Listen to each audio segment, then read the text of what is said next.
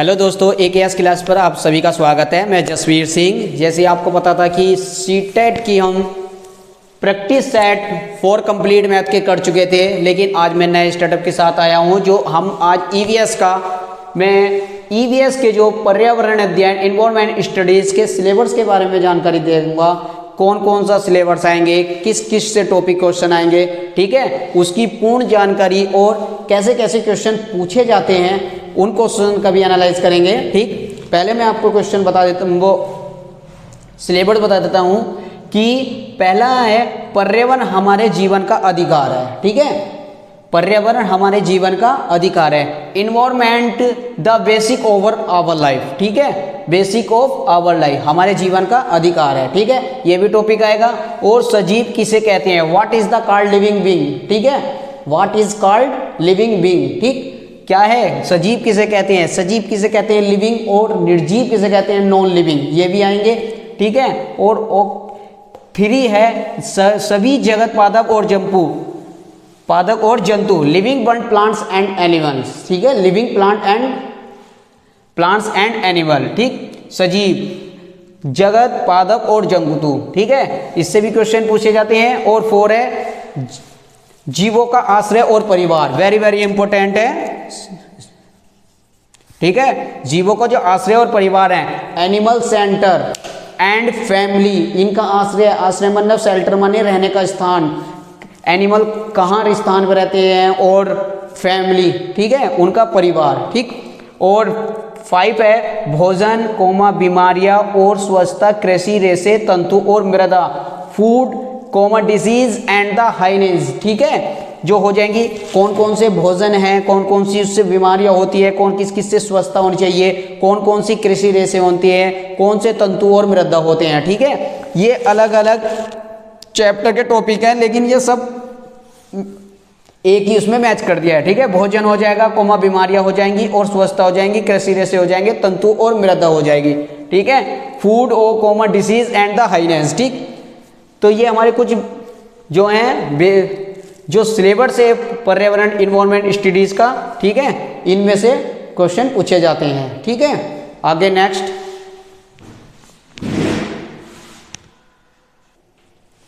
ठीक है, next chapter है, ठीक, कृषि, रेशे, तंतु और मृदा। ठीक है, agriculture, fibre and the soil. ठीक है, इस कृषि हमारा अलग चैप्टर है, रेशे हमारा अलग चैप्टर है, तंतु और मृदा है। ठीक है, तंतु और मृदा एक चैप्टर, रेशे अलग है, कृषि अलग है। तो agriculture, fibre and the soil. ठीक, ये पढ़ेंगे जल, वायु, ऊष्मा, प्रकाश, ध्वनि और मापन एवं गति। ठीक है, ये भी चैप्टर अलग अलग है, लेकिन इन्हें एक जगह कंबाइंड कर दिया है। ठीक है, तो पढ़ेंगे water, air, heat, light, sound and the measurement and the motion. ठीक है, मोशन पढ़ेंगे। ठीक, और 8 है पदार्थ का संसार, वर्ड ऑफ द मैटर। ठीक है, पदार्थ का संसार पढ़ेंगे। ठीक, ऊर्जा का स्रोत, सोर्स ऑफ द एनर्जी। ठीक है, क्या हो जाएगा, ऊर्जा का स्रोत, चैप्टर अलग है। और हमारा चैप्टर 10 है सूर्य और उसका परिवार, सन एंड द हिज फैमिली। ठीक है, ये भी चैप्टर हम पढ़ेंगे। और 11 चैप्टर है भारत भौगोलिक विविधता, इंडिया जियोग्राफिकल डाइवर्सिटी। ठीक है, क्या पढ़ेंगे, भारत भौगोलिक विविधता, इंडिया जियोग्राफिकल डाइवर्सिटी। ठीक है, इससे हर बार 2 से 3 क्वेश्चन,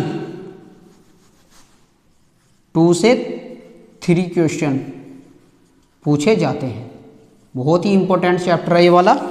ठीक है, भारत और भौगोलिक विविधता, इंडिया जियोग्राफिकल डाइवर्सिटी। ठीक है, इससे 1 से 2 या 2 से 3 क्वेश्चन, ठीक है, और उसमें पूछे जाते हैं EVS में जरूर। ठीक है, भारत की भौगोलिक विविधता। ठीक है, आगे हमारे 11 चैप्टर हैं, और आगे और चैप्टर हैं, उन्हें नेक्स्ट उसमें देखेंगे।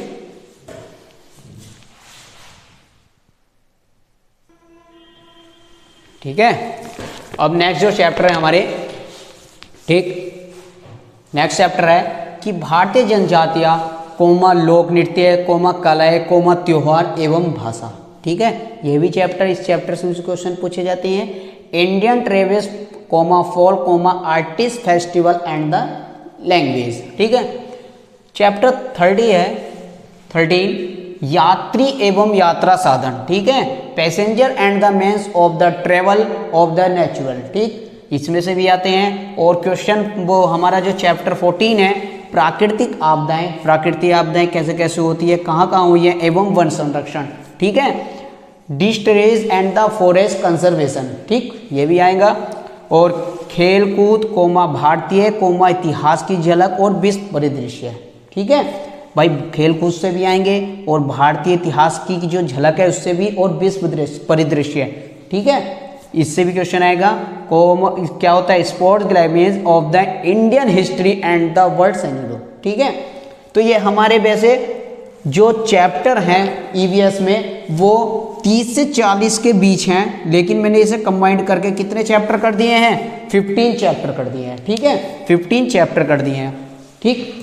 तो जो हमारा ये सिलेबस था, ये सब ईवीएस का सिलेबस था, कंटेंट का सिलेबस था। इस सिलेबस इसमें से ईवीएस में जो है 15 नंबर की हमारी पेडागोजी आती है और 15 नंबर का हमारा कंटेंट आता है, ठीक है, 15 नंबर की पेडागोजी आएगी और 15 नंबर का कंटेंट आएगा, ठीक। वैसे मैंने 15 नंबर की जो पेडागोजी का सिलेबस था वो आपको पहली क्लास पहले ही बता दिया था, जिस दिन सीटेट का नोटिफिकेशन आउट होता उस इंफॉर्मेशन में, ठीक है। तो हमारा जो आज का वो था ये सिर्फ कंटेंट के ऊपर था, कौन कौन से चैप्टर इन्वॉल्वमेंट में, कंटेंट में जो चैप्टर है वो कौन कौन से आएंगे और किस किस टाइप के होंगे। और सारा जो ये पूरा सिलेबस है ये सिर्फ एनसीईआरटी बेस पे ही आधारित है, एनसीईआरटी की बुक्स में से है, ठीक है।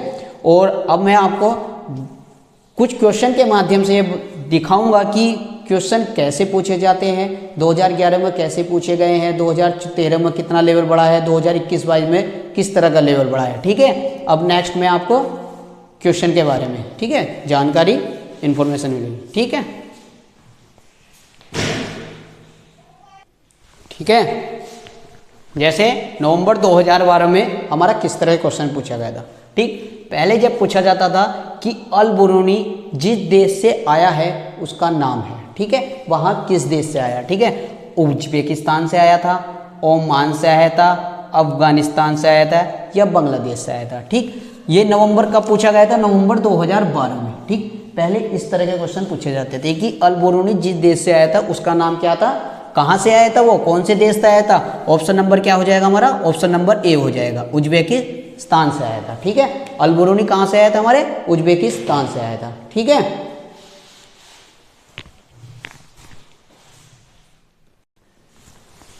ठीक है, ये नेक्स्ट है क्वेश्चन अल बुरूनी के ऊपर है, ये वो 2012 में पूछा गया था और 2013 में थोड़ा सा स्टैंडर्ड करके पूछ लिया था, ठीक है। वो 2012 में क्वेश्चन पूछा गया था, 2013 में कैसे क्वेश्चन पूछा गया कि अल बुरूनी था, ठीक है, अल बुरूनी था, ठीक। पहला ऑप्शन है वह एक यात्री था जिसने भारत के लोगों का संस्कृति का अध्ययन करने के लिए कश्मीर से कन्याकुमारी तक की यात्रा की, ठीक है। क्या था, जो हमारा कल्चर है उसका जो अध्ययन करने के लिए उसने क्या कश्मीर से कन्याकुमारी तक की यात्रा की। बी ऑप्शन है वह एक कुतुबशाही सुल्तान था जिसने हमारे देश में लगभग 40 वर्ष शासन किया, ठीक। मैं आपको ये क्वेश्चन सिलेबस से अकॉर्डिंग इसलिए बता रहा हूँ कि कैसे किस तरह के क्वेश्चन 2009 में कैसे पूछे गए, 2013 में कैसे पूछे गए, 2014 में किस तरह पूछे गए, ठीक है। आउट ऑफ सिलेबस कोई नहीं पूछा जाता। क्या है, पहले क्या था, अल बुरूनी किस देश से आता है उसका नाम पूछिए। अब थोड़ा सा और इसे स्टैंडर्ड कर दिया और आने वाले समय में थोड़ा सा और इसे अलग तरीके से पूछा गया है, ठीक है। लेकिन अल बुरूनी का क्वेश्चन ईवीएस में हर वर्ष किसी न किसी रूप में अध्ययन में आता ही है, ठीक है, अल बुरूनी का। तो जब आप पढ़ो तो एनसीईआरटी की जो बुक है उसे अच्छे से पढ़ना और थोड़ा सा समझ के पढ़ना, ठीक है, क्योंकि क्वेश्चन अब जब कंसेप्ट आ रहे हैं, फैक्ट कम आ रहे हैं, ठीक है। तो ये हो गया कन्याकुमारी यात्रा थी। वह एक कुतुबशाही सुल्तान था जिसने हमारे देश में लगभग 40 वर्ष शासन किया। सी ऑप्शन है वह एक अफगानिस्तान का व्यापारी था। अफगानिस्तान का तो नहीं था, कहाँ का था, उज्बेकिस्तान का था, जो हमारे देश में मेवों के बाजारों का अध्ययन किया, ठीक है। मेवे किसे कहते हैं, जैसे बादाम हो गए, काजू हो गए, ठीक है, उनके बाजारों का अध्ययन किया, ठीक। डी ऑप्शन है वह एक उज्बेकिस्तान यात्री था। सही बात है, उज्बेकिस्तान का ही यात्री था। जिसने एक किताब लिखी हमारे देश के इतिहास के बारे में जानने में सहायक है। ठीक है, किताब का नाम क्या है उनकी? किताब उल हिंद। अल-बरूनी की किताब का नाम है किताब उल हिंद। ठीक है, किताब उल हिंद बहुत इंपॉर्टेंट किताब है। अल-बरूनी की किताब से ही पूछ लेता है किताब उल हिंद किसने लिखी? अल-बरूनी लिखी। तो उनकी किताब का नाम क्या है? किताब उल हिंद। इतिहास के बारे में जानने में सहायक था। उसने अपनी किताब के बारे में भारत का जो इतिहास है उसके जानने में सहायता करी। और वह कहाँ से आया था? उज्बेकिस्तान का ही यात्री था अल-बरूनी। तो ऑप्शन क्या हो जाएगा हमारा? ऑप्शन नंबर डी हो जाएगा। ऑप्शन क्या हो जाएगा? Option number D. पहला क्वेश्चन गलत हो जाएगा। वह कश्मीर से कन्याकुमारी तक यात्रा की। ऑप्शन ए गलत है। वह एक कुतुबशाही सुल्तान था। नहीं, ये भी गलत है। B option. वह अफगानिस्तान का यात्री अफगानिस्तान से नहीं आया था, वह उज्बेकिस्तान से आया था। सी भी ऑप्शन गलत होगा। ऑप्शन क्या हो जाएगा हमारा? ऑप्शन हो जाएगा हमारा डी। वह उज्बेकिस्तानी यात्री था जिसने एक किताब लिखी हमारे देश के इतिहास के बारे में जाएगा। किताब का नाम क्या है? किताब उल हिंद। किसकी किताब है? अल-बरूनी की। ठीक है, अब देखते हैं अल-बरूनी से आगे वाले जो कौन से ईयर्स में किस तरह क्वेश्चन पूछा गया है। ठीक है, वो नेक्स्ट उसमें देखेंगे। ठीक है, क्वेश्चन थर्ड। ठीक, क्वेश्चन थर्ड हो जाएगा। ठीक है, क्वेश्चन थर्ड का पूछा गया था हमारा 2024 में। ठीक है, 2024। ठीक, 2024 में किस तरह का पूछा गया? अभिकथन ए है, हाय अल-बरूनी से ही क्वेश्चन है। अल-बरूनी एवं इब्न बतूता जैसे यात्रियों ने भारत से विभिन्न देशों की यात्रा की। कथन क्या है हमारा? ए कह रहा है अभिकथन कि जो अल-बरूनी एवं इब्न बतूता ने जैसे यात्रियों ने भारत से विभिन्न देशों में भी यात्रा की।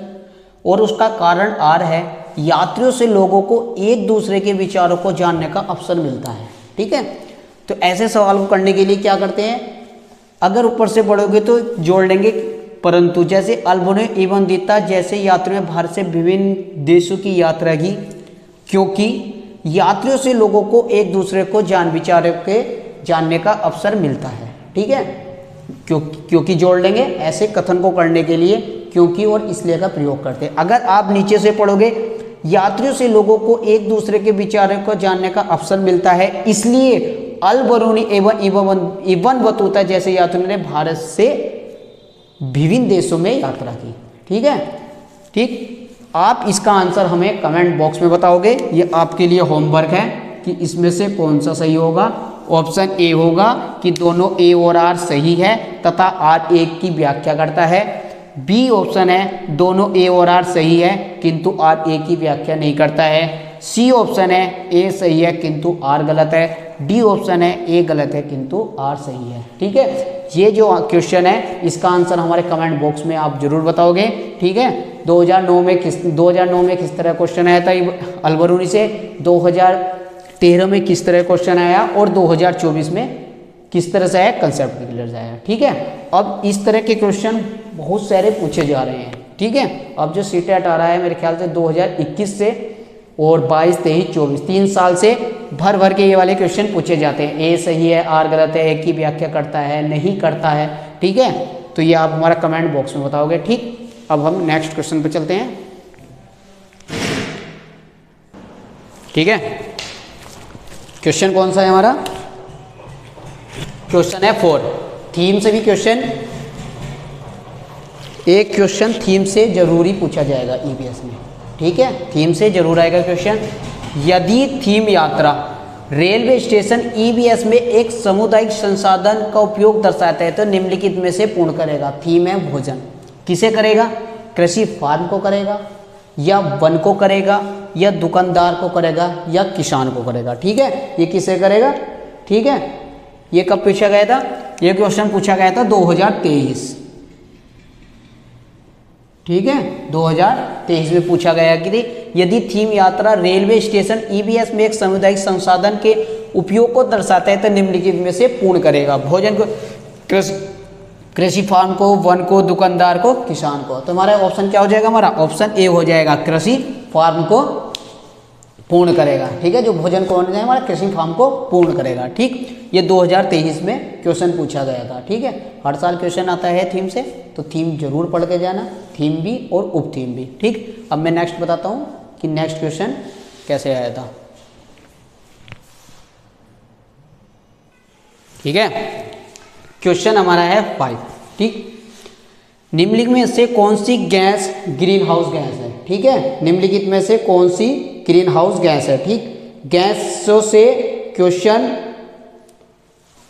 क्वेश्चन एक आता ही आता है इसमें भी, और ये दिसंबर 2018 में पूछा गया हुआ क्वेश्चन है। ठीक है, एटमॉस्फेयर से।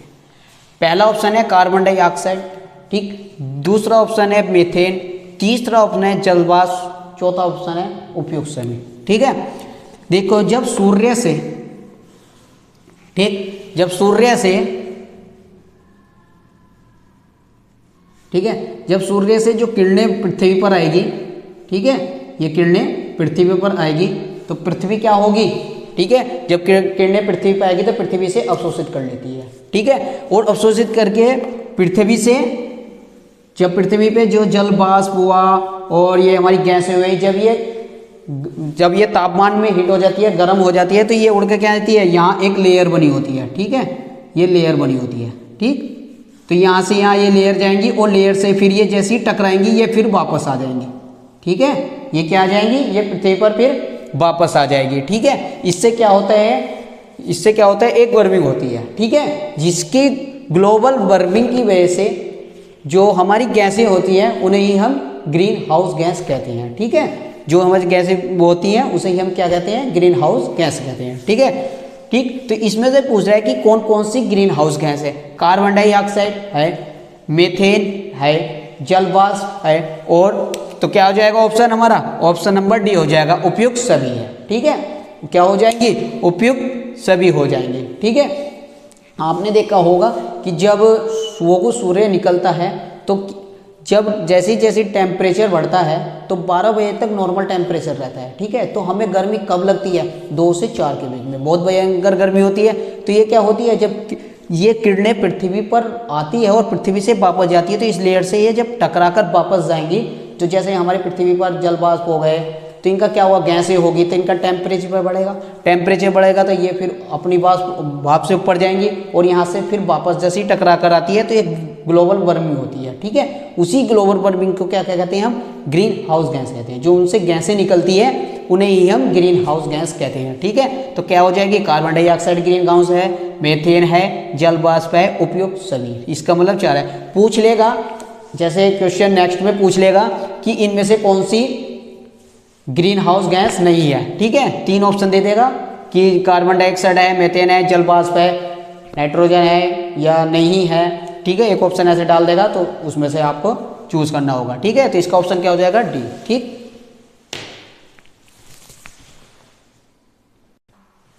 ठीक है, क्वेश्चन नंबर 6 कैसे पूछा गया था, ये भी ग्रीन हाउस से ही है। ठीक है, क्या है, ताजमहल के पीले होने के लिए निम्नलिखित में से कौन सी गैस जिम्मेदार होती है। ठीक, दिसंबर 2018 में एक ही पेपर में 2 बार ये पूछा गया है। ठीक है, तो क्या होगा कि नाइट्रोजन डाइऑक्साइड होगी, सल्फर डाइऑक्साइड होगी, ऑप्शन सी सल्फर होगा, या ऑप्शन डी क्लोरीन होगी। ठीक है, ऑप्शन डी क्लोरीन होगी। ठीक, ताजमहल के जो पीले होने के लिए निम्नलिखित में कौन सी गैस जिम्मेदार है, तो ऑप्शन क्या हो जाएगा हमारा, सल्फर डाइऑक्साइड हो जाएगी, सल्फर डाइऑक्साइड हो जाएगी। ऑप्शन नंबर क्या हो जाएगा, बी। ठीक है, ये भी क्या है, जो हमारे ताजमहल पीले होने का जो कारण है तो वो क्या है, सल्फर डाइऑक्साइड के कारण ही है। इसकी जो अम्ल वर्षा होती है ना, तो उसी से ही हमारे ताजमहल का पीले होने का कारण होता है। ठीक, सल्फर डाइऑक्साइड की वजह से। ठीक है, तो ऑप्शन नंबर क्या आ जाएगा हमारा, ऑप्शन नंबर बी आ जाएगा। ठीक है, ऑप्शन नंबर बी। ठीक है, क्वेश्चन नंबर है हमारा, क्वेश्चन नंबर है 6। ठीक, क्वेश्चन नंबर क्या है हमारा, 6। कथन दे रखा है, ये भी क्या है, ग्रीन हाउस गैस से ही क्वेश्चन है। ठीक, ये कब पूछा गया है, 2023 में। ठीक है, अलग अलग पैटर्न से अलग अलग क्वेश्चन पूछे जा रहे हैं। ठीक है, अभी कथन ये क्या है कि दाव लगने पर गैस को आसानी से संपीड़ित किया जा सकता है। कारण क्या है, आर, जब हम गैस पर दाब डालते हैं तो गैसीय कणों के बीच एक बल लगता है, क्या कहते हैं उसे, अंतराणविक। ठीक है, स्थान उसका क्या है, अंतराणविक स्थान का क्या हो जाता है, कम हो जाता है और यह संकुचित हो जाता है। ठीक है, क्या हो जाता है, अंतर आणविक स्थान उसका बीच कम हो जाता है और ये एक संकुचित माने सिकुड़ जाता है। ठीक है, ऑप्शन ए है कि ए सत्य है लेकिन आर ए असत्य है लेकिन आर सत्य है। बी ऑप्शन है ए ओ आर दोनों सत्य है और आर ए का सही स्पष्टीकरण है। सी ऑप्शन है ए आर आर दोनों सत्य है लेकिन आर ए का सही स्पष्टीकरण नहीं है। और डी ऑप्शन है ए सत्य है लेकिन आर असत्य है। ठीक है, तो मैंने आपको इसके 2 क्वेश्चन करा दिए थे और ये तीसरा क्वेश्चन है। आप इस क्वेश्चन का आंसर हमारे कमेंट बॉक्स में जरूर दीजिएगा। ठीक है, ये आपके लिए होमवर्क है। ठीक है, इस क्वेश्चन का आंसर हमारे कमेंट बॉक्स में जरूर दीजिएगा। ठीक, ये जिस क्वेश्चन सिलेबस से अकॉर्डिंग जो क्वेश्चन पूछे गए हैं वो मैंने क्वेश्चन आपको बता दिए हैं, उनके आंसर सहित बता दिए। ये आपका होमवर्क क्वेश्चन होगा। ठीक है, ठीक है, और ये जो भी आपको ईवीएस के इन्वॉल्वमेंट के जो सिलेबस की थी वो सारी इन्फॉर्मेशन आपको दे दी गई है। और आज को हमारा आपको सेशन कैसा लगा और अच्छा लगा हो तो हमारे चैनल को सब्सक्राइब कर देना और लाइक कर देना और अपने दोस्तों तक शेयर कर देना। थैंक यू, धन्यवाद।